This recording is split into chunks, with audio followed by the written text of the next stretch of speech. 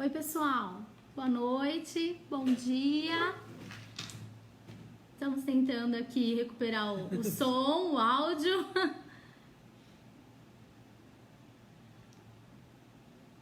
Será que Vamos ver se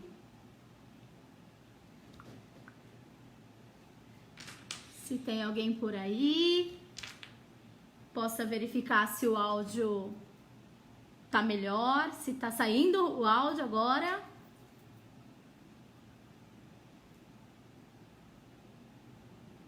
Vamos ver se vocês estiverem me ouvindo, se o áudio voltou, né? Se vocês conseguirem ouvir, só... Ah, agora foi. Oi, Kelly, obrigada. Agora sim. Ah, doutora ajeitamos. Deu certo, que bom. Ah, muito bem. Então, peraí, pessoal, vou só ajeitar a gente aqui.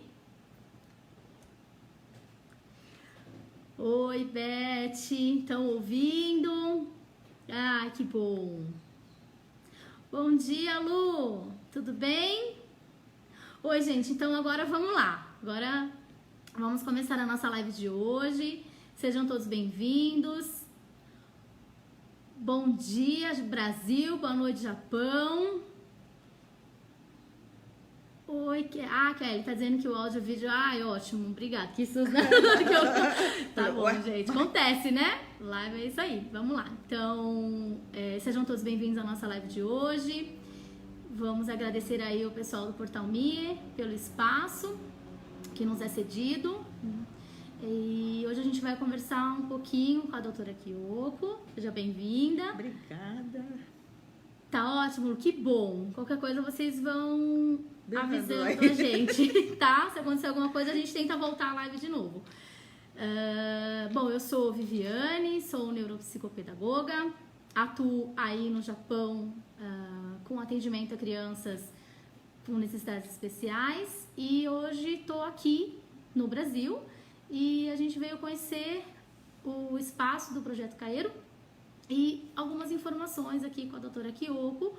Nós vamos estar conhecendo um pouquinho mais de perto sobre esse projeto, né? Bacana, interessantíssimo para vocês que estão aí, que fizeram o caminho de sair daqui do Brasil para ir para aí, né? E aí, caso tenham intenção de voltar, saber como é essa assistência que é feito quando vocês fazem o caminho inverso. Boa noite, Zênia. Primeira vez aqui, seja bem-vinda. Portal Me agradece a sua participação aí. Então, pessoal, se vocês tiverem perguntas, dúvidas, vocês podem ir mandando aí nos comentários, tá? À medida do possível a gente vai lendo, né, doutora? E as perguntas ou os comentários que não forem possível a gente está respondendo agora, inbox a gente responde a todos, ok? Então, vamos lá. Doutora Kyoko, seja bem-vinda. Obrigada. A gente vai conversar um pouquinho sobre o projeto, né? Como que ele surgiu, como que ele é aqui no Brasil, a assistência que é dada. Então, se a senhora pudesse apresentar de início, né? Meu nome é Kyoko Nakagawa, sou psicóloga, psicopedagoga, faço bastante avaliação neuropsicológica também e eu coordeno um projeto aqui que chama Kaeru, né? O Kaeru completou 10 anos no ano passado. Nós começamos esse trabalho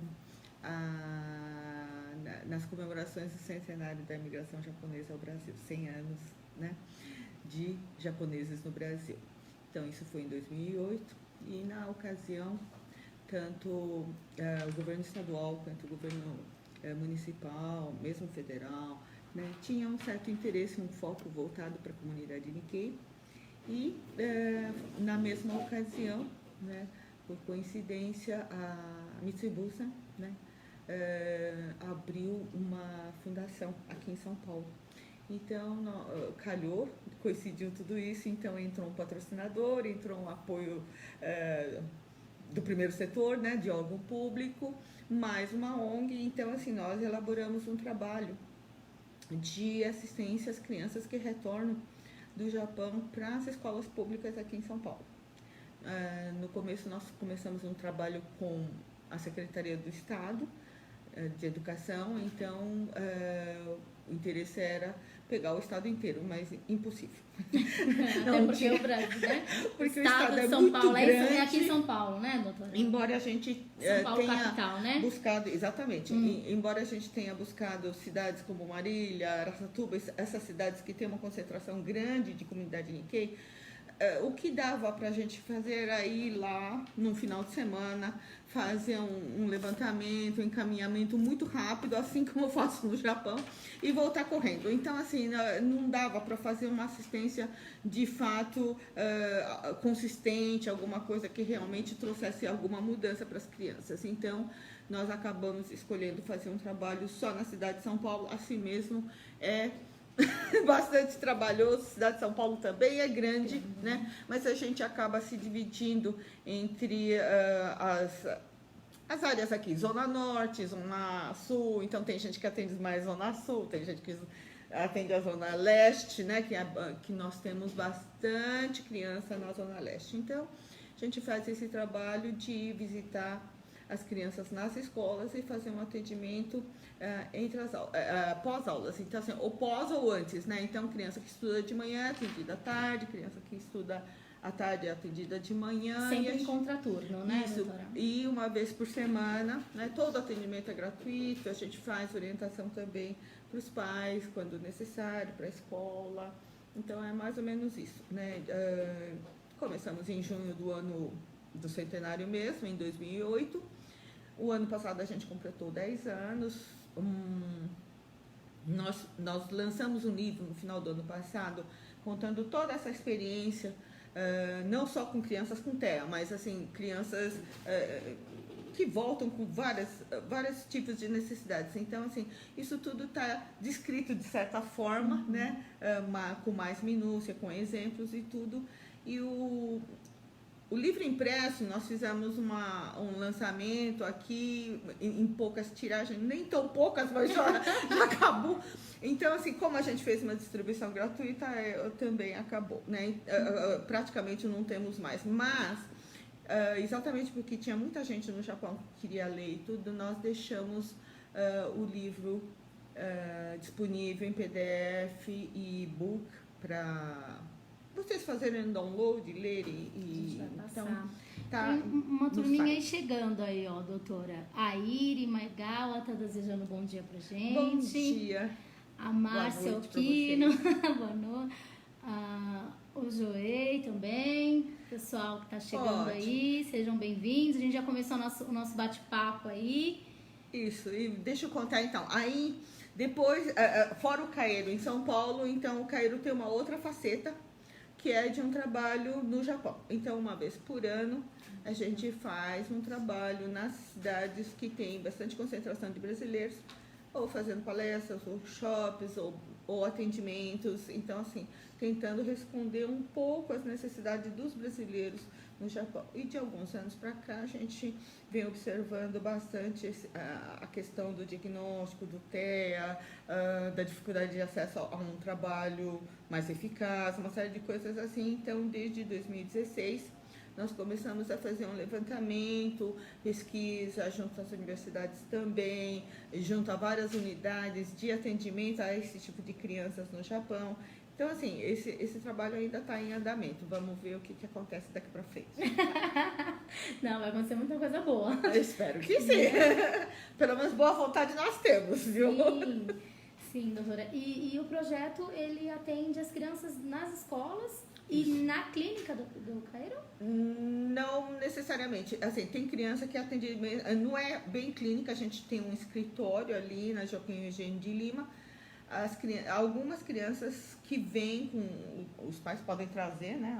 Aí elas vêm para lá e às vezes acontece algum atendimento ali. Mas a maioria dos atendimentos acontece nas escolas, né? Que a criança já está lá. E alguns outros atendimentos acontecem em domicílio, porque às vezes a gente tem 4, 5 crianças de uma família, por exemplo, são filhos e primos, por exemplo, que moram perto e tudo. Já E de repente, já aproveita todo mundo. Tá certo. A gente faz um trabalho, de repente uma mãe se dispõe e fala, não, você pode vir aqui uma vez por semana. E aí a gente faz um trabalho lá com todas as crianças, porque às vezes as crianças, mesmo os irmãos e os primos, estudam em escolas diferentes. Então, ficaria difícil a gente percorrer todas as escolas. Então, o que a gente, quando dá certo esse tipo de coisa, a gente faz esse tipo de atendimento domiciliar, vamos dizer assim. Muito bacana. E quando as mães retornam, né, a família em si, né, vem a família toda pro Brasil, qual é a maior dificuldade de adaptação que elas acabam trazendo, assim, né, essa angústia que eles acabam trazendo para vocês e a forma de orientação a esses pais que voltam, né? Na verdade, assim, o que parece estranho, talvez, para algumas pessoas, mas assim, mas todo mundo que estuda migração tá careca de saber, é que se é difícil a gente se adaptar num lugar novo, é mais difícil voltar, né? Então, assim, o retorno, que aparentemente para todo mundo é uma coisa simples, você está voltando para o lugar que você conhece, você não conhece mais, né? Então, assim, o lugar mudou, especialmente porque no CAERO também, a gente está recebendo o pessoal que morou muito tempo no Japão, né? Então, não são 2, 3 anos, mas são 5, 10, 15, às vezes 20 anos de Japão, né? Então, assim, 20 anos são 2 décadas, são 2 gerações novas. É como se eles então, viessem uma viagem de retorno para um outro exatamente, país. Parece assim, Back to the Future. Sim, então, assim, você volta para um país onde o país mudou, as pessoas mudaram, né? Então, a pessoa volta e muitas vezes não tem um lugar para ficar, não é tão fácil alugar uma casa, não né? Então, assim, o bairro mudou, o país mudou, então, assim, é uma coisa bastante complicada. E para as crianças, a maioria das crianças que a gente tem recebido são crianças que nasceram no Japão e frequentaram escola pública japonesa. É um outro mundo, né? E para a criança é bastante difícil entender por que no Japão ela era estrangeira, né? E quando ela chega aqui, ela continua sendo estrangeira, porque ela é diferente das crianças que estão aqui, né? Então, assim, tem uma vivência diferente, tem um padrão de valores também diferente.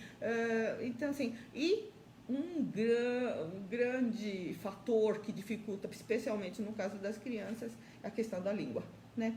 Muitas vezes falam português, um português que dá para você bater um papinho simples, mas não o suficiente para acompanhar as aulas, né? O que lá no Japão a gente costuma chamar de Gakushu Gengo.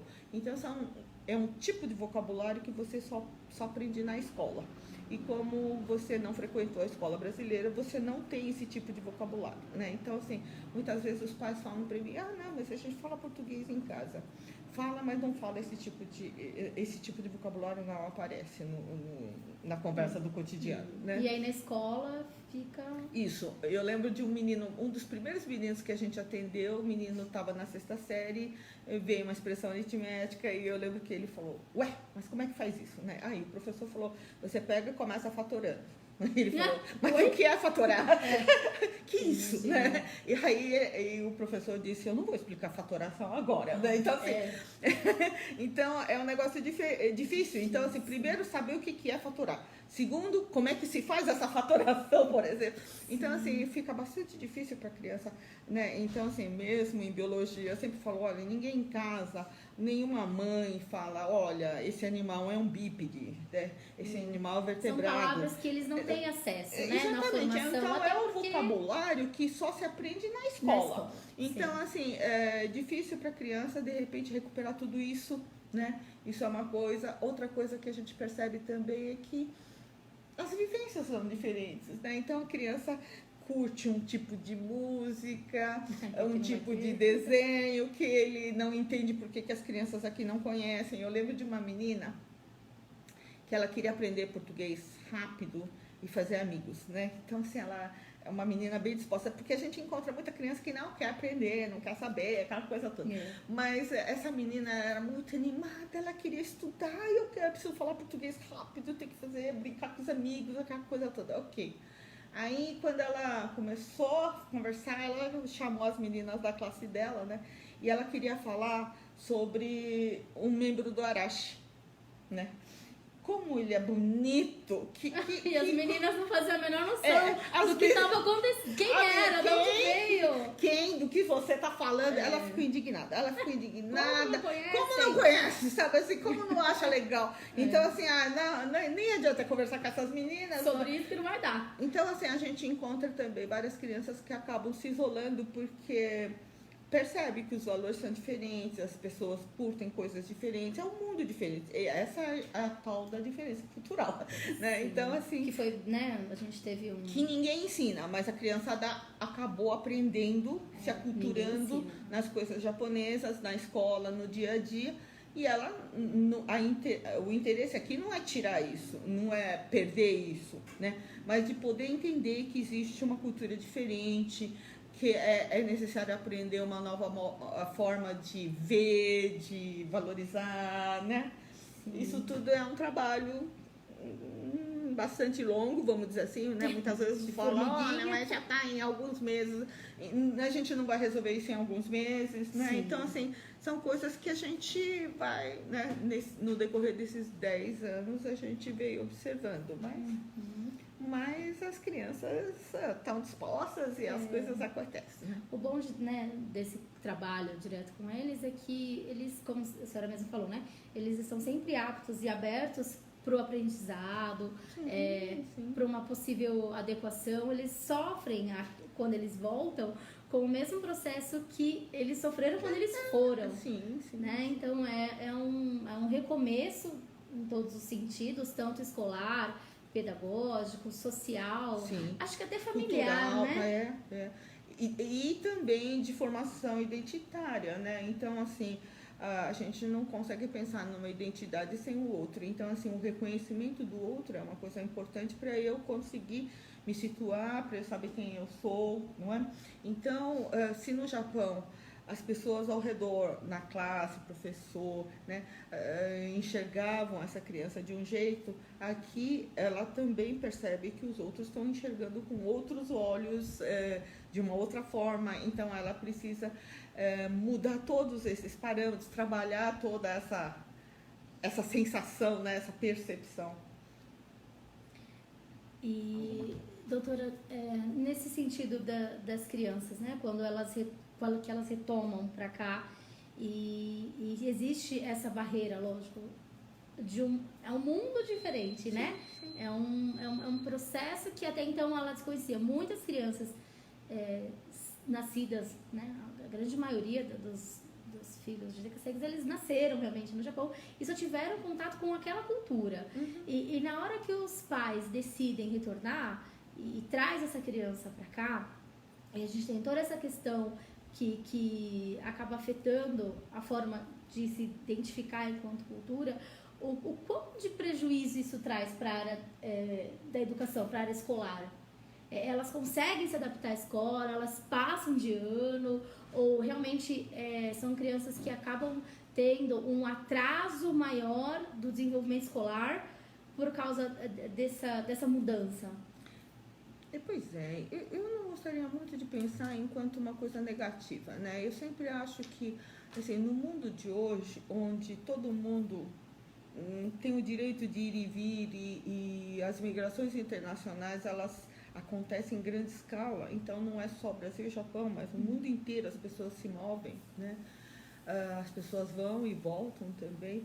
Então, assim, nós temos muitas pessoas que são multiculturais mesmo, né? Então, assim, elas vivenciaram e elas aprenderam a transitar pelas culturas. E, na verdade, penso que, assim, se de um lado ela pode ser inibidor, empobrecedor, limitador, de outro, como se você trabalhar direitinho, isso pode ser enriquecedor, isso pode ser, né, abrir a visão do mundo, colocar-se enquanto não cidadão desse ou daquele país, mas um cidadão do mundo, inclusive. Então, assim, a tentativa da gente, todo o trabalho que a gente tenta fazer no CAERA é isso, né, de mostrar que uma cultura não é melhor do que a outra, uma cultura não é a correta e a outra é errada, mas que são diferentes. Então, assim, como é que nós vamos trabalhar essas diferenças e como é que a gente vai transitar e como é que eu vou me descobrir no meio dessa diferença toda, né? E isso vale não só para as diferenças culturais, mas para as crianças diferentes, vamos dizer assim. Então, quando a gente está trabalhando com crianças que têm alguma necessidade maior, alguma deficiência, alguma coisa, né, algum sinal de TEA, algum distúrbio de desenvolvimento que seja. Então, assim, todo o trabalho vale para elas também. Elas também são diferentes em uma série de coisas, mas elas também podem se colocar, elas podem desenvolver, elas podem aprender e assim por diante. Sim. E o retorno dessas crianças, né? Ele tem sido maior, tem sido menor? Porque no Japão a gente tem uma questão de diagnóstico que eu converso muito com o pessoal que me acompanha e a gente sempre, inclusive na semana anterior, a gente falou sobre diagnóstico clínico, né? Isso. E a gente tem essa questão desse número de crianças, né, sendo diagnosticada com TEA, enfim. E algumas mães, às vezes, me perguntam, né, nos atendimentos, eu volto, eu não volto? Será que no Brasil seria melhor? Será que eu fico aqui e tento fazer o melhor dentro do que eu posso aqui, dentro do que o país me oferece, ou eu volto para lá e tento ver, porque tem a questão da família, né? Muitas mães se veem perdidas, porque às vezes, a maioria das vezes, os parentes estão aqui, e aí acaba tendo um apoio emocional, então algumas perguntas se acha melhor voltar ou não, né? Lógico, a gente como terapeuta, a gente não vai dizer ao pai, não, volta que é melhor, ou fica porque é melhor, porque são situações diferentes, cada caso é um caso, então vai muito do que a família acredita do que seja melhor, né? E então, se a senhora conseguiu perceber dentro do projeto, esse número de famílias com crianças que realmente precisam de um atendimento especializado, elas estão voltando mais para o Brasil? Não tenho observado esse tipo de movimento, alguma coisa que seja significativa, né? O que a gente percebe é que, assim, no começo do movimento, logo depois da crise econômica de 2008, né, que o Japão também sofreu muito mais, inclusive do que o Brasil. Então, assim, depois teve a questão do tsunami, em março de 2011, Tudo por exemplo. Junto, né? Então, assim, o pessoal acabou voltando, muita gente voltou. Voltou, inclusive, sem muito preparo e tudo, né? Mas sem preparo financeiro. Não só, mas acho que emocional e uma série de coisas assim. Agora, quando, por exemplo, de lá pra cá, as pessoas têm voltado, mas não aquela leva de gente que voltou assim, como é que eu vou dizer, sem muito preparo, sem ter nem ao menos pensado muito em voltar.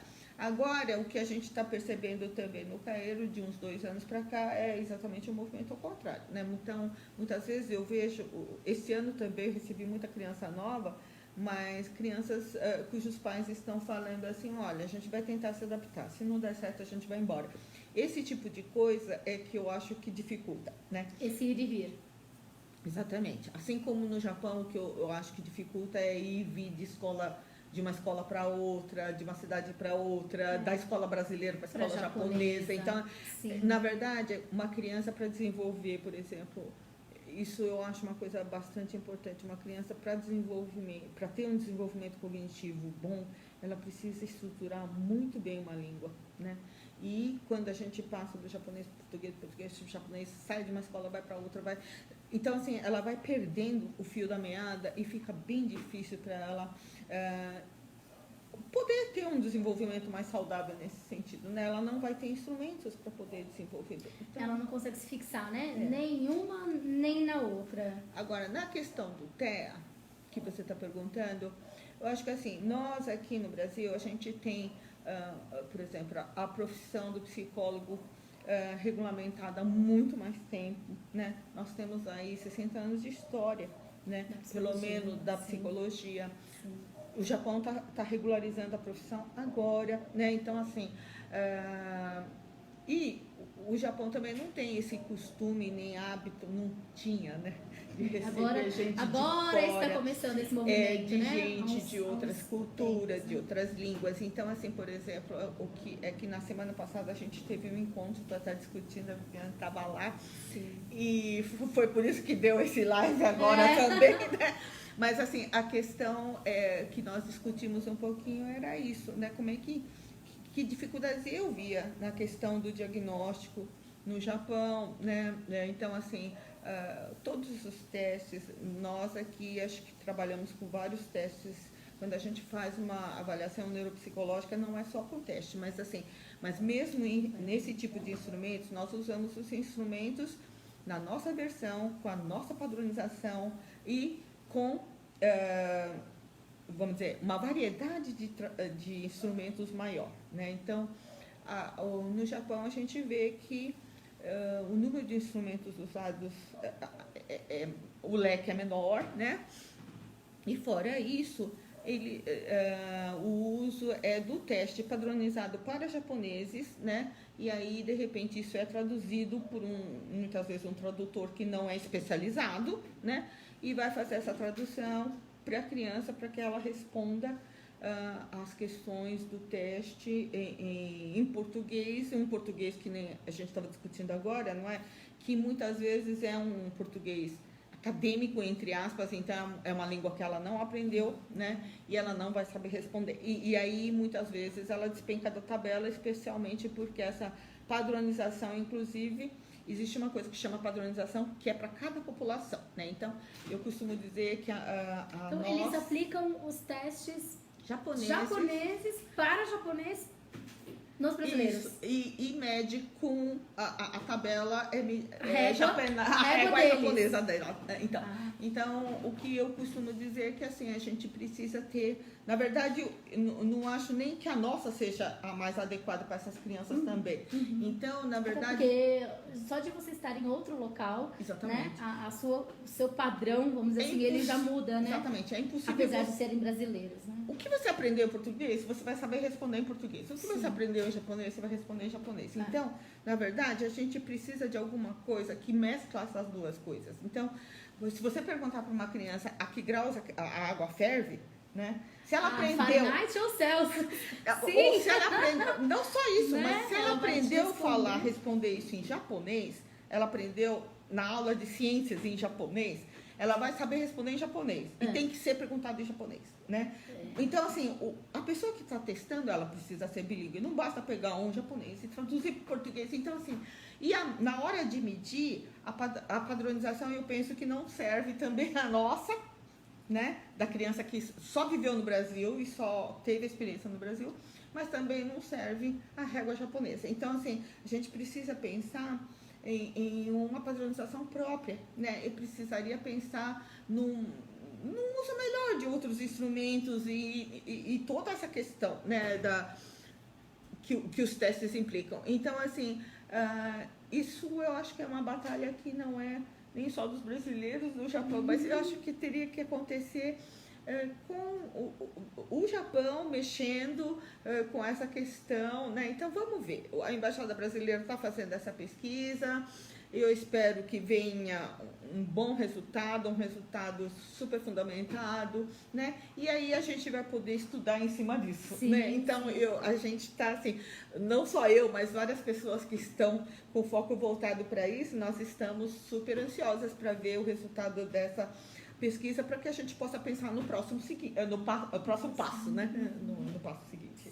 E assim, é importante que esse movimento aconteça, né? Porque a gente, assim, encontra, não só os pais, mas assim, no geral a gente ficou perdido em relação a como trabalhar, como fazer, a como seguir, né? Porque as crianças, às vezes, por vezes, né, chegam diagnosticadas para os terapeutas, né? Eles já vêm com a carteirinha, já vêm com o diagnóstico pronto e, assim, não é passado por uma equipe multidisciplinar, né? Então, diferente aqui do Brasil, que, claro, a gente tem toda a questão médica, neuropediatras, enfim, psiquiatras, psicólogos, né? Existe uma rede, vamos dizer assim, passa, né, tem essa questão da fonoaudiologia, da psicopedagogia, nunca da neuropsiquiatria, nunca é uma coisa só de um profissional, como a gente tem lá. Né? Fora isso, nós temos um número de profissionais muito maior. Né? O que eu percebo no Japão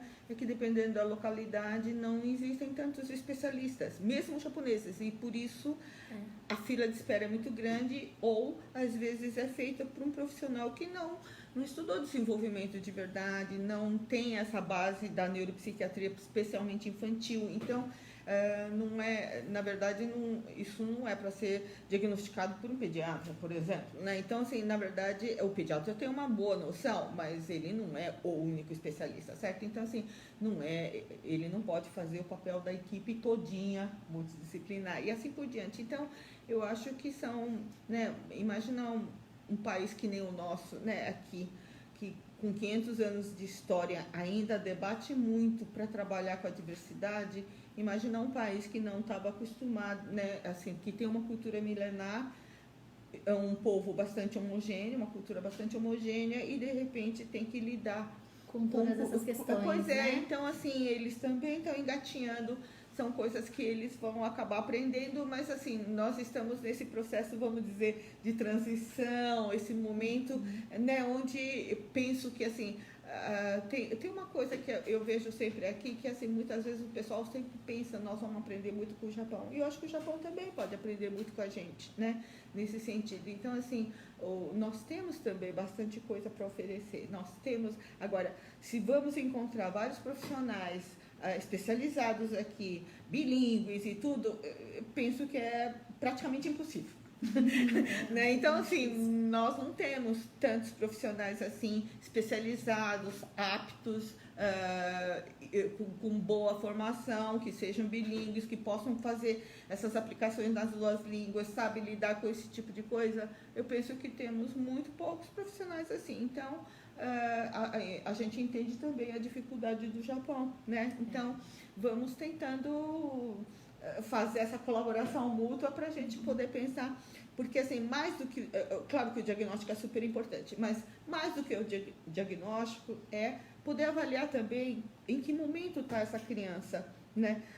Não é só o que ela tem, mas em que momento está essa criança do desenvolvimento e como é que a gente pode pensar nos próximos passos. Então, assim, a intervenção, pensar na intervenção é uma coisa muito importante também. Então, qual é o trabalho que é o mais adequado para ser feito com essa criança? No que ela pode se desenvolver? Qual é a meta que eu posso ter em um ano, por exemplo, de trabalho com ela, seja ela diária, seja ela semanal, mas assim, montar esse plano de trabalho, poder galgar passo a passo, poder rever o plano que a gente montou, voltar atrás, remodelar. Então, assim, todo esse trabalho terapêutico também é super importante, não é? Sim, sim.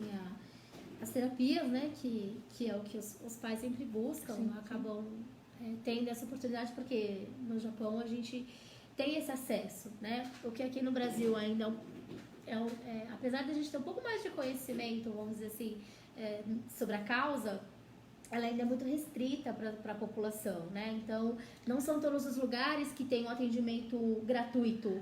Talvez, mas assim, em São Paulo a gente tem várias instituições. É interessante porque o Cairo acabou fazendo exatamente isso, né? Um bate-papo com cada instituição. Não é tão fácil bater papo com todo mundo junto, porque cada um tem uma metodologia própria, uma fundamentação teórica própria. Então, assim, e aí nós resolvemos fazer o bate-papo, então, com cada uma separadamente, né? Então, assim, alguns são extremamente positivistas, cognitivistas, outras são, né, psicanalistas e assim vai. Então, mas todos eles, com certeza, estão fazendo um trabalho bastante importante e encontrando bastante resultado com as crianças, e é isso que importa. Não, o importante não é só a gente ficar fazendo uma discussão teórica ou só sobre questionando a fundamentação, mas assim, o que é importante é saber também se dentro daquela fundamentação e dentro daquela proposta de trabalho se está encontrando resultados, né? Então, assim, nós encontramos grupos grandes aqui, né? Vocês conhecem a AMA, por exemplo, né? Que é um grupo, você pode até dizer, não gosto da postura teórica deles, mas que tá tendo resultado, tá. Então, assim, isso que importa, né? Então, assim, cada evolução, um... né? Sempre a evolução cada um dos atendidos. Trabalhando do seu modo, não dá pra gente dizer, olha, essa teoria é melhor do que a outra, essa metodologia é melhor do que a outra. Eu acho que cada um acredita e é importante que seja coerente dentro daquilo que ela acredita, né? Mas que possa trazer resultados para a criança. Sim, sim. Bacana, doutora. A gente agradece aqui, pessoal. Se vocês tiverem algumas questões, pode deixar e a gente vai lendo e respondendo depois. A doutora Kyoko tem coisas para fazer, ela anda muito ocupada, mas a gente realmente se encontrou no fórum que teve aqui na JICA, Paulo, lá no Japan House. Isso, foi bem bacana. A gente teve a presença aí de ilustres palestrantes, foi muito, muito legal. Né? Foi uma tarde muito enriquecedora e trouxe que também eram com posturas diferentes. Sim! Gente da Unesp, gente da Unifesp, gente de arte. Né? A doutora Kimiko estava presente também, então foi muito interessante o fórum, o debate em si, né? E trouxe bastante informação para nós aqui no Brasil do que está acontecendo aí, né? E é legal essa troca. Eu acho que realmente ela é... Agora, além dela ser importante, neste momento ela faz mais que necessária, né? Sim, porque está existindo um movimento do governo japonês de tentar entender essa questão da saúde mental um pouco mais a fundo, até para conseguir dar um respaldo para esse tipo de atendimento, né? E tá vendo essa troca, essa abertura maior, né? Que até então era um pouco mais difícil, até tinha, porque né, a doutora já tem um tempo que ela vai e volta nessa ponte aérea Brasil-Japão. Não é de hoje que a doutora faz esse movimento, mas a gente está vendo que agora está um pouco maior, né? Tanto de lá para cá quanto daqui para lá. E acho que assim, a importância do trabalho de vocês, né? De fazer esse acolhimento a essas famílias, a essas crianças que chegam realmente confusas com tudo que aconteceu, porque tem mãe que fica muito insegura de voltar, né? E tem mãe que não tem opção e acaba tendo que voltar mesmo, ou por uma questão de crise, ou por uma questão de alguma coisa na família, ou até a questão da depressão, né? Os pais não estão bem, ou se separam, e aí acabam retornando. Eu acho que isso é uma coisa importante da gente só deixar tocado aqui, né? Falado. Que é assim, a gente foca muito na criança, no atendimento da criança, mas é muito difícil para o adulto também. Né? Então, assim, na verdade, é importante a gente poder estar pensando no respaldo para todo mundo, né? Então, assim, a saúde de todo mundo, a tranquilidade dos pais, a serenidade, né? Isso vai trazer também, né? Se os pais estão ansiosos, a criança ressente e ela vai também responder com isso. Então, assim, todo o trabalho é com todo mundo, né? Sim, tem que ser, né? Tem que acaba sendo com todo mundo, né? Exatamente. E às vezes mesmo a ansiedade dos pais acaba... interfere bastante na criança. Exatamente. Muitos acabam voltando, não por opção, porque a opção seria ficar, né, aí no Japão, mas aí, devido a tanta coisa que acontece, acaba retornando e às vezes se veem perdidos, né, nessa volta, sem apoio, sem atenção, não saber como que vai ser o recomeço, né? E aí a importância desse tipo de projeto que auxilia muito, né? A gente tem sim aqui na cidade de São Paulo, no estado de São Paulo e em algumas outras regiões aqui do Brasil, locais que fazem esse atendimento. Acho que em Salvador agora lançou um espaço bacana também para atendimento a crianças autistas, um centro clínico enorme de reabilitação. Então, assim, aqui também agora que... A coisa parece que está saindo do papel, né? Estão se construindo espaços, estão se abrindo vagas para essas crianças, porque em alguns relatos as mães falam, eu tenho vontade de voltar, de ir para o Brasil, mas eu tenho medo de não conseguir ter essa assistência. Então, de não ter um psicólogo, de não ter um fisioterapeuta, de não ter um fono, de não ter a estrutura de atendimento que a gente tem no Japão. Que eu não posso falar muito, porque assim, a cidade de São Paulo, ela tem, né? A cidade de São Paulo, você até consegue escolher que tipo de... inclusive assim, pela fundamentação teórica, sim. mas assim, em outros lugares... Já fica acontece mais de não ter mesmo, né? Então, assim, é a mesma coisa que acontece no Japão. Eu acho que o Japão também, os grandes centros, você tem, né, uma oferta maior, né, dos recursos da comunidade e tudo, mas em vários outros lugares não, né? Então, assim, a gente percebe a precariedade mesmo de acesso, não é só aos brasileiros, em relação aos próprios japoneses, né?